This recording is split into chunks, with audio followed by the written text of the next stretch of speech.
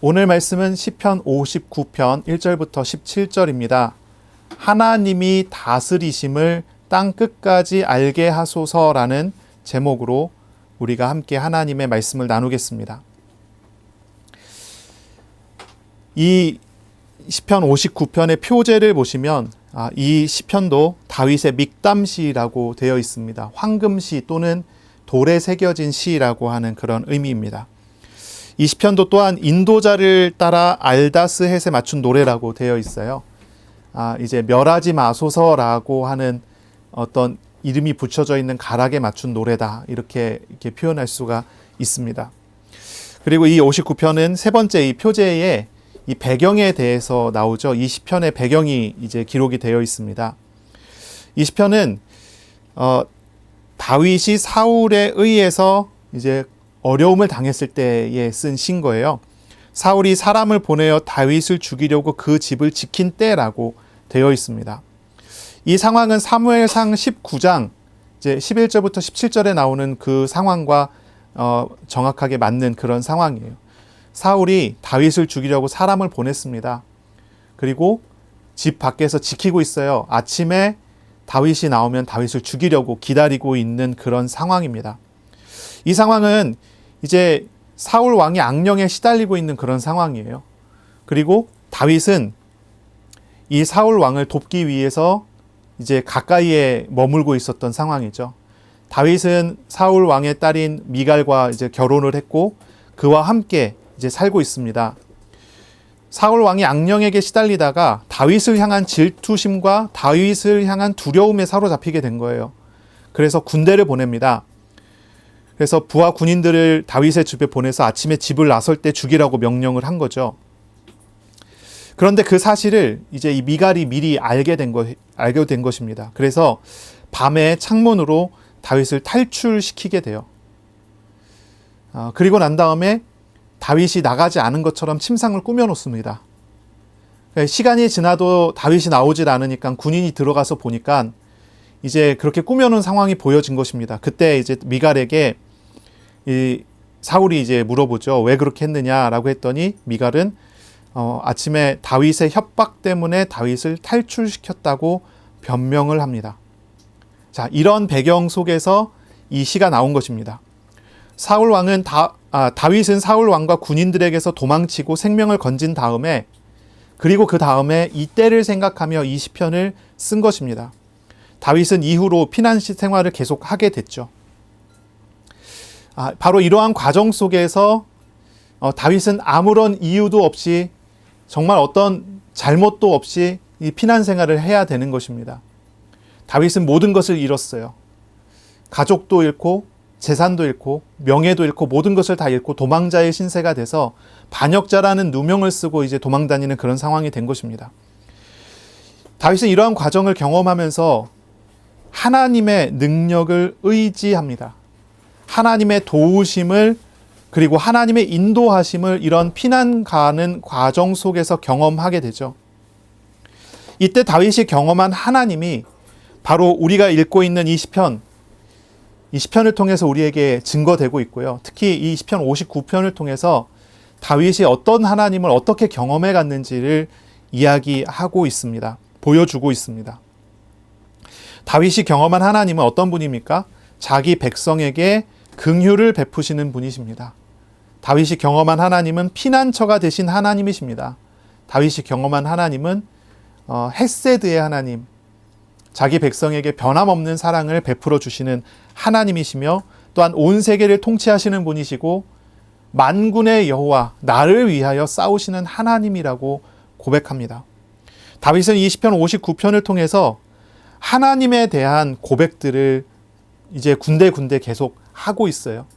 굉장히 어려운 상황, 다급한 상황에서 피난을 가지만 그 상황에서 다윗이 경험한 것은 절망이 아니라 나와 함께 하시는 나의 하나님입니다.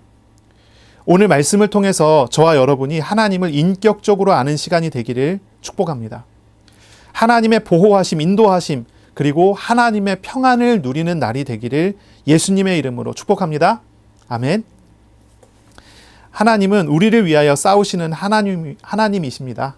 그러므로 이 하나님을 알게 될 때 우리는 참 평안을, 그리고 하나님으로 말미암은 기쁨을 얻어갈 수 있게 될 것입니다. 이 59편 1절 2절을 우리가 보겠습니다. 아주 다급한 외침이 1절 2절에 나타납니다. 나의 하나님이여 나의 원수들에게서 나를 건지시고 일어나 치려는 자들에게서 나를 높이 드소서. 악을 행하는 자들에게서 나를 건지시고 피 흘리기를 즐기는 자에게서 나를 구원하소서. 우리 한글 성경으로 읽으면 이제 주어가 먼저 나오기 때문에 긴박함을 느끼기가 좀 어렵지만요. 히브리어 성경을 보면은 동사를 제일 앞에 딱 뒀습니다. 이렇게 시작합니다. 건지소서. 이렇게 시작해요. 건지소서. 나의 하나님이여. 나의 원수에게서. 이렇게 이제 얘기를 해요. 2절도 이렇게 시작합니다. 건지소서. 악을 행하는 자들에게서. 이렇게 얘기를 해요. 이 박자가 그렇습니다. 굉장히 긴박한 상황을 연상하게 만드는 그러한 시작이 1절, 2절의 시작입니다. 이 두 첫 문장의 시작은 낫자리라는 동사가 반복이 됩니다. 건져달라라고 하는 그런 동사가 반복이 되는 거죠. 건져달라라고 하는 말에 느껴지는 건 무엇입니까? 지금 다윗은 위험에 빠져 있습니다. 위기에 빠져 있습니다. 지금 다급합니다. 1절과 2절에 반복해서 이 동사를 말합니다. 나는 지금 이게 여기서 빠져나와야 되는 것이 너무나 급한 상황이라고 하나님께 외치는 것입니다. 내가 지금 빠진 위험은 누구에게서 있습니까? 원수들에게 있습니다. 원수들에 의해서 어려움을 당합니다. 악을 행하는 자들 때문에 어려움을 당합니다. 나를 치려고 하고 나에게 피 흘려 죽이려고 하는 자들에 의해서 위험을 당하고 있습니다. 라고 말을 하는 거죠. 바로 이렇게 악을 행하는 원수들은 어떤 사람입니까? 어떻게 하고 있습니까? 3절 앞쪽에 얘기합니다. 그들이 나의 생명을 해하려고 엎드려 기다리고 강한 자들이 모여 나를 치려고 하고 있습니다. 라고 말합니다. 다윗을 해치려고 하는 자들은 엎드려 기다리는 자들입니다. 이들은 강한 자들입니다. 이들은 군대입니다. 혼자서 이겨낼 수가 없는 그런 대상들이 있는 것이죠. 이 시편은요, 다윗이 이 사무엘상 19장의 상황에서 느끼는 긴박함, 위기, 그리고 그가 느끼는 두려움의 정서가 그대로 드러나는 그러한 시편입니다. 이런 긴박한 상황에서 다윗은 뭘 이야기합니까? 3절 뒤쪽에 보시면 이렇게 나오죠. 여호와여 이는 나의 잘못으로 말미암음이 아니요 나의 죄로 말미암음도 아니로소이다. 내가 허물이 없으나 그들이 달려와서 스스로 준비하오니 주여 나를 도우시기 위하여 깨어 살펴주소서라고 말합니다. 다윗은 자신이 아무 잘못이 없다고 하나님께 호소해요. 이것은 다윗이 어떤 허물도 없다고 자신은 어떤 죄악도 없는 의로운 사람이라고 주장하는 그런 이야기는 아니고요. 다윗은 자신이 행하지 않고 할 생각도 없는 일을 명목으로 공격당하고 있다는 걸 말하는 거예요. 나는 이렇게 공격당할 만한 일을 하지 않았습니다. 그들이 명목상 반역자를 잡겠다고 왔지만 나는 반역한 일이 없습니다라고 하나님께 이야기를 하는 거예요. 왜 공격을 당합니까? 이것은 사울의 질투의 결과입니다. 사울은 하나님이 함께하는 사람인 다윗을 질투했습니다. 하나님이 함께하는 사람인 다윗을 두려워했습니다. 그래서 이런 공격이 일어난 것이죠. 다윗의 이러한 모습은 예수님이 당한 누명을 생각하게 만들어줍니다. 정말 우리 예수 그리스도께서는 아무런 죄 없이 우리를 짊어지시기 위하여 잡히셨습니다. 그리고 고난을 당하시고 죽으셨죠. 사울의 이러한 억울한 상황은 예수님의 어떠한 고난과 죽음을 예표하여 줍니다. 이 다윗은 결국은 하나님에 의해서 구원함을 받고 회복이 되지만 이 다윗을 그러한 위기 가운데 회복시키기 위하여 그의 위기를 짊어지시는 하나님은 이러한 누명을 쓰시고 십자가에 죽으시는 것이죠. 이 일들은 하나님의 통치하심에 대하여 반대하는 악한 영들, 그리고 하나님을 대적하는 사람의 죄된 본성을 말해주는 그러한 일들이라고 할 수 있습니다. 우리도 그리스도인으로서 세상에 살아가게 되면요, 세상 중에서 이러한 억울한 일을 당하게 될 때가 있을 겁니다. 아무런 이유 없이, 아무런 잘못도 없이 누명을 쓰고 왕따를 당하고 고통을 당하는 그런 일들이 있을 수 있어요. 그런 상황, 그리고 다급하고 위기를 만나는 억울한 상황, 그런 상황 속에서 우리는 어떻게 대처하고 어떻게 싸워야 할까요? 다윗은 이런 다급하고 억울한 상황에서 오직 한 가지를 하게 됩니다. 하나님을 찾는 것, 하나님을 의지하는 것입니다. 그 자세한 내용이 오늘 시편 59편에 나오는 내용들입니다. 그리고 하나님을 찾았을 때 하나님은 다윗을 만나주시고 다윗의 그 억울함과 다윗의 고통을 짊어져 주시고 하나님은 다윗을 인도하십니다. 그래서 이 59편 이후에 다윗은 하나님과 동행하는 삶을 살아가는 은혜를 계속 이 성경을 통해서 우리에게 증거되고 증거하고 있는 것이죠. 오늘 이 다윗의 이 고백들을 우리가 자세히 봐야 하겠습니다. 다윗은 하나님을 찾기 시작합니다. 그리고 그 하나님을 경험해 나가기 시작합니다. 오늘의 본문에 다윗은 하나님께 긴박하게 호소하고 하나님을 더 의지하며 하나님과 동행하는 걸음을 걸어가기 원했습니다. 그리고 그렇게 걸어가게 되었습니다. 다윗이 찾은 하나님이 어떤 분입니까? 다윗이 찾은 하나님은 어떠한 일을 하시는 분입니까? 이것이 이 시편 59편에 잘 나오죠. 다윗은 자신의 모든 소유와 명예와 삶을 잃어버린 그러한 도피를 시작하면서 1절에 고백합니다. 하나님을 나의 하나님이라고 고백합니다. 나의 하나님이여 라고 고백합니다. 다윗은 하나님을 다른 사람의 하나님이 아니라 나의 하나님으로 고백하고 나의 하나님을 경험해 가는 그러한 도피가 시작이 되는 것입니다. 5절에 보면 하나님은 이스라엘의 하나님이라고 했습니다. 하나님은 모든 나라를 벌하시는 통치하시는 온 세계의 하나님이라고 고백합니다. 그러나 그 하나님이 누구라고요? 나의 하나님이시다라는 고백을 하는 것입니다. 다윗은 반복해서 이야기합니다. 하나님을 표현하며 나의 하나님이라 고백합니다. 또한 5절에 보면 이렇게 고백하죠. 주는 만군의 하나님 여호와이십니다 라고 이야기합니다. 만군의 하나님 여호와라는 말은 전쟁하시는 하나님이라는 이야기입니다. 전쟁하시는 하나님, 특히 나를 위하여 싸우시는 하나님, 이런 긴박한 위기 속에 하나님은 나를 보호하시는 하나님이시며 나를 위하여 싸우시는 하나님이라고 고백합니다. 9절에 다윗은 하나님은 나의 요새라고 고백합니다. 나의 요새이십니다. 나를 보호해 주시는 하나님이시다라는 고백이죠. 10절의 앞부분에는 하나님을 뭐라고 고백합니까? 나의 하나님이 인자하신 하나님이라고 고백합니다. 헤세드의 하나님이십니다. 변함없는 사랑으로 나를 만나주시는 하나님입니다. 10절 뒷부분에 보면 하나님은 나의 원수가 보응받는 것을 보게 하시는 하나님. 그러니 여기는 나에게는 사랑을 보여주시지만 대적들을 심판하시는 하나님이라고 고백을 하고 있습니다. 여기에 일관되게 고백하는 내용이 항상 붙어 있습니다. 뭐가 붙어 있죠? 나의 하나님이라고 하는 것입니다. 나의 하나님. 다윗은 긴박한 위기에 도망가며 하나님을 찾되 나의 하나님을 찾습니다.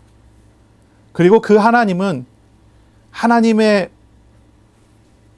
다윗에게 함께 하시며 어떠한 성품과 어떠한 일하심을 계속 보여주십니다. 그것은 하나님이 다윗을 위하여 싸우시고 다윗을 보호하시고 다윗을 사랑하시되 다윗을 대적하는 자들을 심판하시기까지 하는 하나님이라고 증거하고 이야기하고 있습니다.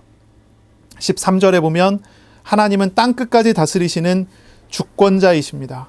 16절 17절에 보면 하나님을 능력의 하나님, 나의 힘이라고 고백합니다. 하나님은 이러하신 하나님이십니다. 우리가 성경을 읽으며 알지만요, 성경이 기록한 바에 따르면 분명 다윗에게 있어서 위기라고 하는 순간은 하나님을 알아가고 하나님과 동행하는 순간이었습니다. 다윗은 다급한 위기 중에 오늘 본문과 같은 기도를 계속했어요. 그리고 그는 분명히 위기를 헤쳐나가면서 하나님이 나의 하나님이심을, 하나님이 나를 위하여 싸우시는 하나님이심을 더 분명하게 알아간 것입니다. 알아간 것이 분명합니다. 다윗은 하나님의 품 안에서 하나님의 피난처에서 평안을 얻어가는 과정을 겪었고 알아갔습니다. 악한 자들은 믿는 사람들을 무너뜨리려고 할 것입니다. 하지만 하나님을 알아가는 사람들에게 이 악한 자의 공격들은 하나님을 더 잘 알게 하고 하나님을 아는 믿음을 더 굳게 하고 영원한 하나님의 통치 아래 굳건하게 세워져 갈 수 있는 훈련의 시간이 될 수가 있는 것입니다. 다윗은 바로 이러한 경험들을 했다는 것이죠. 자, 우리가 다윗 같은 위기를 만나게 된다고 한번 생각해 보세요. 그럼 우리는 무엇을 찾고 무엇을 행할 것입니까? 내가 다급한 위기 상황이라면 나는 어떻게 처신할까를 한번 스스로 질문 한번 해보시기 바랍니다. 보통은 어떤 대처 방안을 떠올릴 것입니다. 어떻게 누명을 벗을까를 고민할 수 있습니다. 또는 사람을 모아서 군대를 만들어서 사울 왕의 적수가 되는 선택을 할 수도 있습니다. 아니면 모든 것을 다 포기하고 어디 산골에 들어가서 숨어 살아야 되겠다. 이러한 선택을 하는 사람도 있겠죠. 현실적으로 어떤 것이 합리적인 것인지 무엇이 가장 유익한 것인지를 판단하려고 하는 것이 아마 우리들의 생각이지 않을까 하는 생각합니다. 어떤 선택을 하실까요? 어떤 선택을 하겠습니까? 우리는 어떻게 대처할 수 있겠습니까? 이런 도전이나 도피 같은 행동, 이런 것도 참 중요한 하나의 방법 중에 하나일 것입니다. 그러나 우리는 더 중요한 것을 봐야 합니다. 더 중요한 것을 알아야 합니다. 그것은 하나님을 알아가는 것입니다. 하나님을 알아가는 거예요. 나를 짊어지시는 하나님, 나를 위하여 싸우시는 하나님을 찾는 것입니다. 바로 그것을 우리는 먼저 해야 합니다. 하나님 없는 자에게 바로 이러한 위기는 그를 죽거나 살게 만드는 어떠한 일이 될 것이기 때문에 좋은 선택을 해야 될 것입니다. 그러나 하나님이 함께하는 자들에게 하나님의 보호와 하나님의 주권 아래 있는 자에게는 이런 위기는 그를 죽거나 살게 하는 것이 아니라 하나님을 알게 하고 우리가 하나님의 자녀임을 확실하고 분명하게 알게 하는 그런 도구가 될 수 있습니다. 다윗은 이런 위기 중에서 하나님을 찾고 하나님을 의지합니다. 그리고 그것이 정답이었습니다. 다윗은 사람을 모아서 대적하려 하지 않았고 다윗은 숨어 살기 위해서 피해가는 것도 아니었습니다. 다윗의 선택은 하나님을 찾는 것이었고 매일매일 나를 위하여 싸우시는 하나님과 동행하는 삶입니다. 하나님이 준비하신 곳에 가고 하나님이 이끄시는 곳으로 나아가는 것이 다윗의 선택이었어요. 우리가 사람을 모아서 대적하거나 누명을 벗기 위해서 어떤 변호사를 사용하거나 아니면 포기해서 숨어버리거나 어떠한 선택을 할 수 있습니다. 그러나 그러한 선택들은 어떻게 생각해보면요, 어떤 결과적인 것일 수 있습니다. 정말 그 안에서 우리가 먼저 해야 될 것은 하나님을 알아가는 것이어야 하는 것입니다. 우리가 위기를 넘어서는 가장 좋은 방법이 있다면 그것은 하나님을 알고 하나님을 의지하고 하나님의 인도하심을 얻는 것입니다. 위기의 한가운데에서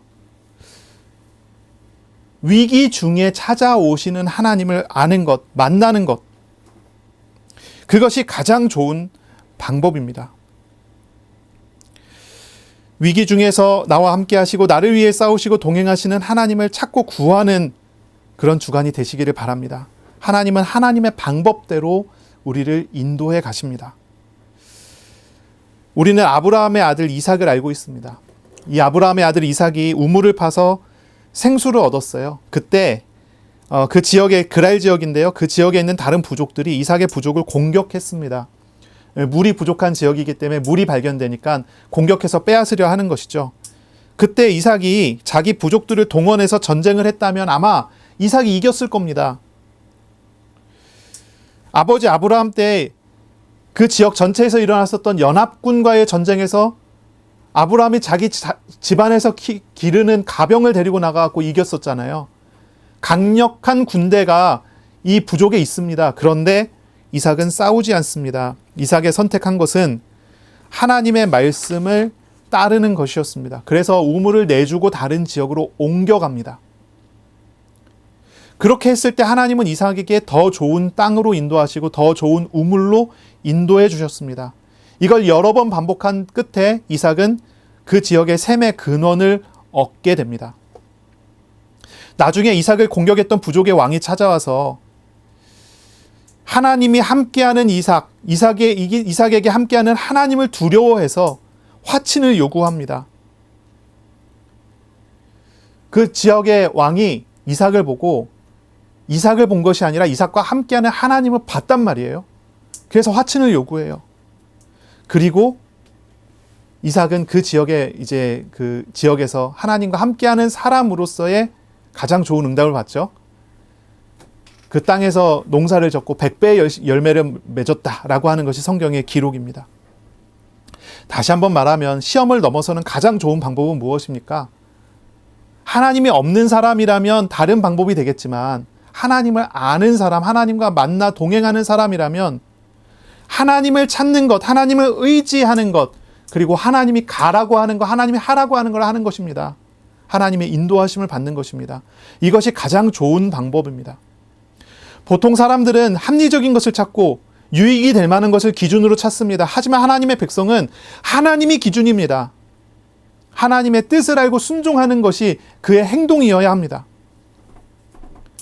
하나님은 모든 것을 아시는 분이시고 하나님은 선하시고 우리에게 가장 좋은 것을, 가장 좋은 길을 준비하신 하나님이시기 때문입니다. 따라서 하나님의 백성은 이런 상황을 맞이하게 되면 어떻게 하면 될까요? 기도해야 되는 것입니다. 기도해요. 육신적인 어떠한 방법보다 먼저 하나님을 찾으세요. 스트레스를 받았다고 스트레스를 풀기 위해서 어떤 그런 방법을 찾기보다 스트레스를 하나님 앞에 아뢰고 하나님 앞에서 그 스트레스를 같이 맞아보시란 말이죠. 하나님께 소리쳐 기도하고 하나님께 매달리고 하나님 앞에서 울고 하나님이 주시는 평안을 얻어가는 그 과정이 우리에게 있어야 되는 것입니다. 먼저 하나님을 찾으세요. 그렇게 된다면 하나님이 나의 하나님이심을 보이실 것입니다. 그 하나님이 나를 위하여 날마다 매일 싸우시는 하나님이심을 우리에게 나타내 주실 것입니다. 하나님이 나를 안전한 피난처, 요새로 우리를 이끄시고 보호하시는 하나님이시라는 것을 알게 될 것입니다. 변함없는 사랑을 베풀어 주시는 분이라는 것을, 나를 위하여 대적을 심판하시는 분이라는 것을 우리는 그러한 위기 중에 경험하고 알아가게 되는 것입니다. 하나님을 알아가고 하나님을 의지하는 저와 여러분이 되기를 축복합니다. 아멘. 자, 5절을 보겠습니다. 5절입니다. 주님은 만군의 하나님 여호와 이스라엘의 하나님이시오니 일어나 모든 나라들을 벌하소서, 악을 행하는 모든 자들에게 은혜를 베풀지 마소서. 셀라라고 했습니다. 이 시편 59편은 개인 애가잖아요. 개인 애가입니다. 급박한 상황에서 피신을 가며 하나님께 기도한 내용이 이 59편이에요. 그런데 5절은 뭔가 조금 다릅니다. 개인 애가인데 하나님께 도움을 요청하는, 자기 자신을 지금 구원해 달라고 기도하는 그런 기도인데 갑자기 다윗은 모든 나라를 벌해달라고 기도합니다. 모든 나라를 벌해달라. 뭔가 바뀌었죠. 처음 기도할 때는 나의 위기를 도와달라고 기도하기 시작했을 텐데 곧 기도의 내용이 확장되어집니다. 확장이 돼요. 8절에 보면 이렇게 합니다. 여호와여 주께서 그들을 비웃으시며 모든 나라들을 조롱하시리이다. 이게 모든 나라가 나옵니다. 모든 나라. 13절에는 하나님이 야곱 중에서 다스리심을 땅 끝까지 알게 하소서라고 말을 합니다. 이것은요, 이제 다윗의 기도가 처음에는 자신의 필요를 찾는 것에서 바뀌어서 하나님께서 하나님의 나라를 세우시는 것으로 기도의 어떤 제목이 바뀌어가는 그런 모습을 보여주는 것 같습니다. 다윗의 처음의 기도의 기준은 자기 자신의 어려움이었지만 다윗의 기준이 곧 변화되어진 것입니다. 무엇이 기준이 되죠? 하나님과 하나님의 뜻이 기준이 되는 것으로 바뀌는 거예요. 우리들이 기도할 때 사실 하나님을 인격적으로 정말 만나게 되면 이러한 변화를 경험하게 될 것입니다. 뭔가 내가 굉장히 억울한 일이 있어서 기도하기 시작했는데 하나님 안에서 평안을 얻고 보니 그 억울한 건 제쳐두고 하나님께서 안타까워하시는 그것이 나의 기도 제목이 돼서 기도하게 되는 거예요. 그런 경험들이 없으십니까? 다윗의 기도는 이렇게 변화가 됩니다. 처음에는 사울 왕의 핍박이었지만 나중에는 하나님을 대적하는 모든 나라와 사람들을 향해 갑니다. 이 일들을 통해서 하나님은 영광 받으시고 이스라엘뿐만이 아니라 주변 나라들까지 하나님의 다스리심을 알게 해달라고 간구하게 됩니다. 이렇게 기도할 수 있는 것은 아마 다윗이 기도 중에 하나님의 크심을 정말 보았고 하나님의 위로를 진짜 받았기 때문인 것입니다.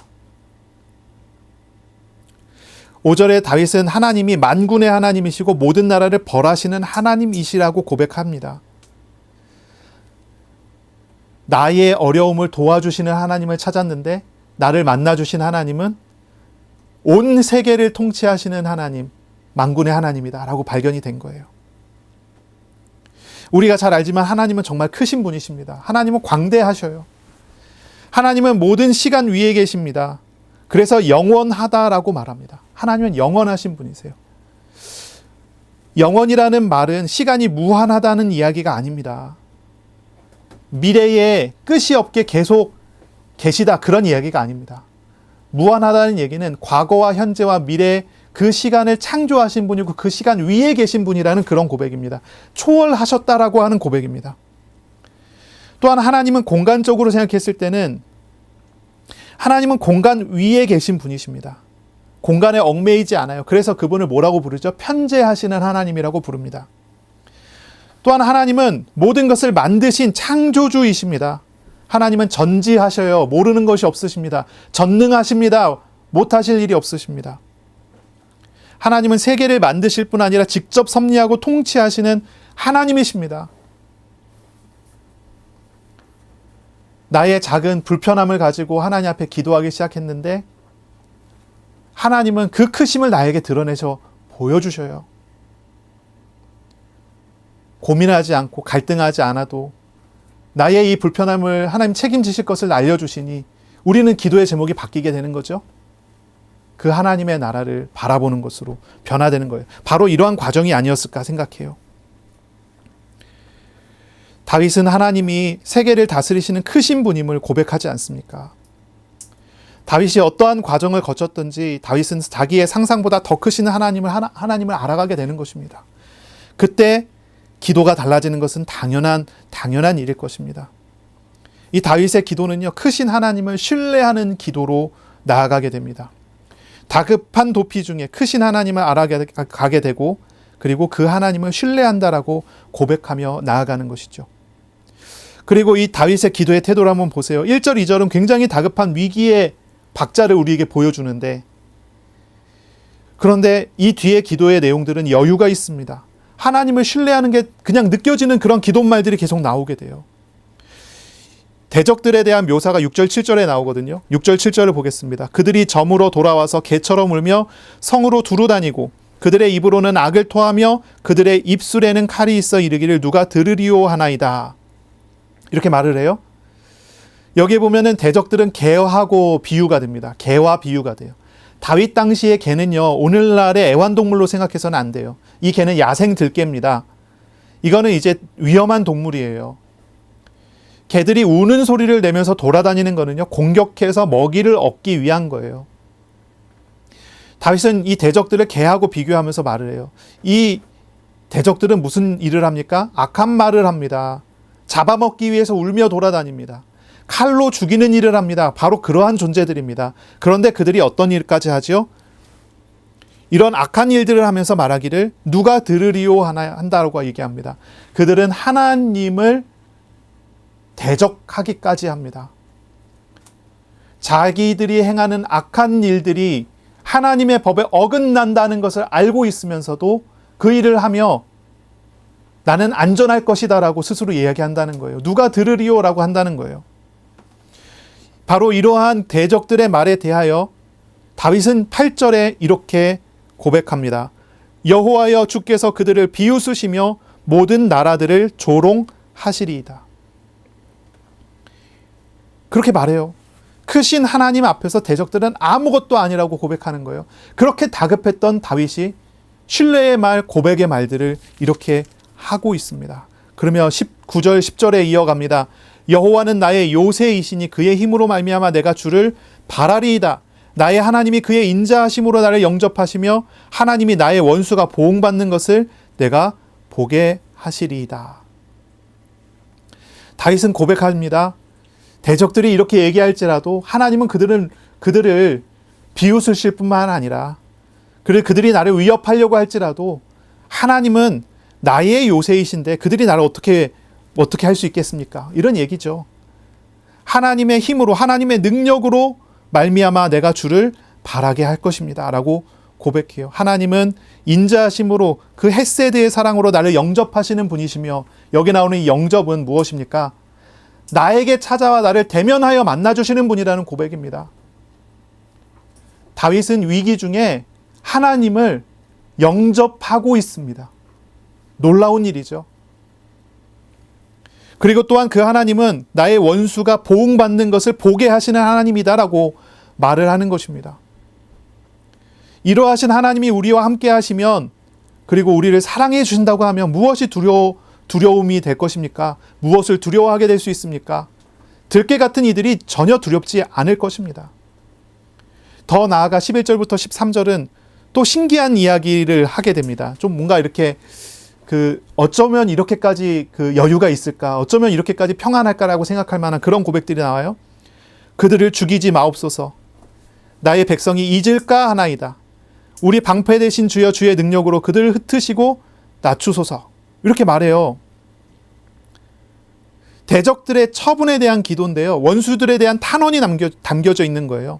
탄원입니다. 흥미로운 사실을 보세요. 다윗은 대적을 죽이지 말아달라고 이야기합니다. 하나님 그들을 죽이지 말아주세요.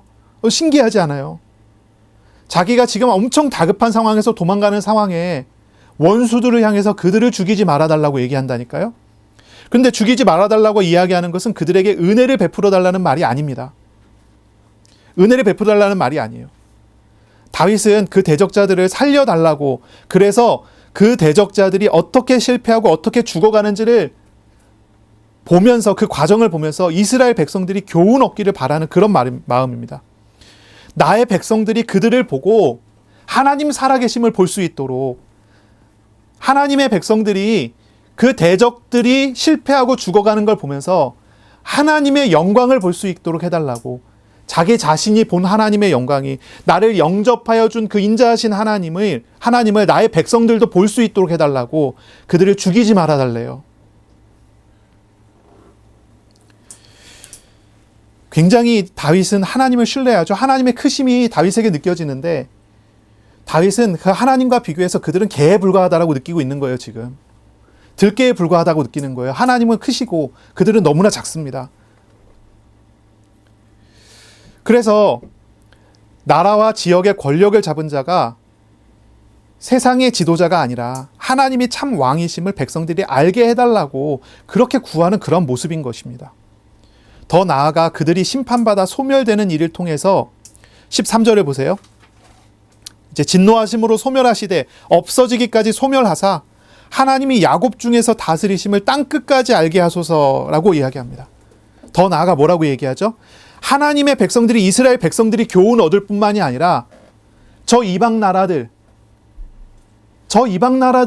저 온 세계에 있는 저들조차 하나님이 다스리심을 보게 해달라고 이야기를 하는 거예요. 그래서 이 원수들이 심판받아 죽게 되는 모든 과정을 통해서 이스라엘 자손들이 교훈을 얻고 저 이방인들은 하나님을 두려워하게 되는 그런 결과를 얻게 해달라고 다윗의 기도가 이어져 가고 있는 것입니다. 그리고 결국은 14절, 15절에 개에 비유된 대적들은 어떻게 됩니까? 다시 반복해서 이야기하죠. 개에 비유된 이 백성들이, 그 대적들이 나옵니다. 그들에게 저물어 돌아와서 개처럼 울며 성으로 두루 다니게 하소서. 그들은 먹을 것을 찾아 유리하다가 배부름을 얻지 못하면 밤을 새우려니와 라고 말합니다. 결국 이 개로 비유된 대적들은 하나님을 대적한 자들이잖아요. 먹을 것을 결국 얻지 못해서 굶주려 우는 소리를 낼 수밖에 없게 될 것을 말합니다. 그러나 하나님의 백성은 어떻게 됩니까? 16절, 17절입니다. 그러나 나는 주의 힘을 노래하며 아침에 주의 인자하심을 높이 부르오리니 주는 나의 요새이시며 나의 환난 날의 피난처이심이니이다. 나의 힘이시여 내가 주께 찬송하오리니 하나님은 나의 요새이시며 나를 긍휼히 여기시는 하나님이심이니이다. 라고 고백을 해요. 대적들은 개로 비유되고 굶주려 울 수밖에 없겠지만 하나님의 백성은 어떻게 합니까? 하나님의 능력을 노래하게 될 것이고 아침마다 눈을 떠 일어날 때마다 하나님의 그 변함없는 사랑을 기뻐 찬양하는 사람이 되고 하나님의 품 안에서 그 요새에서 안전하게 피난하고 안전하게 그 속에서 평안을 얻게 될 것이다 라는 말을 하고 있는 것입니다. 진실로 그렇습니다. 하나님은 크신 하나님이시죠. 대적들은 배고파 돌아다니는 들개 같은 존재이지만 하나님은 그 들개들이 감히 침범할 수 없는 높고 견고한 요새 같으신 분이십니다. 그러므로 우리가 정말 위기 중에 찾을 것이 무엇입니까? 하나님을 알기를 찾아야 하고 하나님을 의지하는 대로 나아가야 할 것입니다. 하나님은 자기 백성을 사랑하시고 자기 백성을 위하여 일하시는 하나님이십니다. 하나님을 찾고 의지하는 주간이 되시기를 예수님의 이름으로 축복합니다. 아멘. 이 주간 매일 하나님을 찾고 알아가는 기도를 회복하는 주간이 되시기를 바랍니다. 하나님과 친밀한 교제가 회복되기를 바라요. 하나님과 친밀한 교제가 회복되도록 기도하시길 바랍니다. 하나님이 나의 하나님이심을 알아가는 시간, 나를 위하여 싸우시는 하나님이심을 알아가는 주간이 되시기를 바랍니다. 무엇보다도 이 하나님이 얼마나 크신지, 지극히 존귀하신 지존하신 하나님이심을 알아갈 수 있는 그런 주간이 되시기 바랍니다. 그래서 그 하나님을 의지함으로 흔들림 없이 승리하는 삶을 살아가기를 예수님의 이름으로 축복합니다. 아멘. 주님을 의지하게 되면 우리가 만나는 위기의 때도 교훈을 얻는 교육의 시간이 되어지게 될 것입니다. 우리가 만나는 위기의 때가 또한 다른 사람에게 하나님의 살아계심을 증명하는 증인이 되는 축복이 될 것입니다. 말씀을 묵상하고 삶 속에서 말씀을 이루시는 하나님과 동행하는 그런 주간이 되시기를 예수님의 이름으로 축원합니다. 아멘. 기도하겠습니다. 하나님 감사합니다. 오늘도 우리에게 말씀하시고 말씀하신 대로 동행하시며 우리를 인도하실 것을 감사합니다. 이 주간 하나님, 우리가 하나님을 인격적으로 온전히 알아가는 주간 되도록 복을 내려 주옵소서. 우리에게 있는 일, 사건, 만남, 시험, 여러 일들과 환경 속에서 먼저 하나님을 찾고 구하며 하나님을 알아가고 하나님을 의지하는 믿음을 배워가도록 이끌어 주시옵소서. 하나님이 어떠하신 분이신지 정확하고 분명하게 알아갈 수 있도록 은혜 내려 주옵소서. 하나님과 더욱 친밀하게 관계를 회복하게 하시고 나의 하나님, 나를 위하여 싸우시는 하나님, 나를 사랑하사 도우시고 나의 대적을 치우시는 하나님을 이 주간 경험해가는 은혜 있게 하여 주옵소서. 감사합니다. 예수님의 이름으로 기도합니다. 아멘. 우리 구주 예수 그리스도의 은혜와 하나님의 사랑하심과 성령님의 교통하심이 이제로 영원까지 항상 함께 있을지어다. 아멘.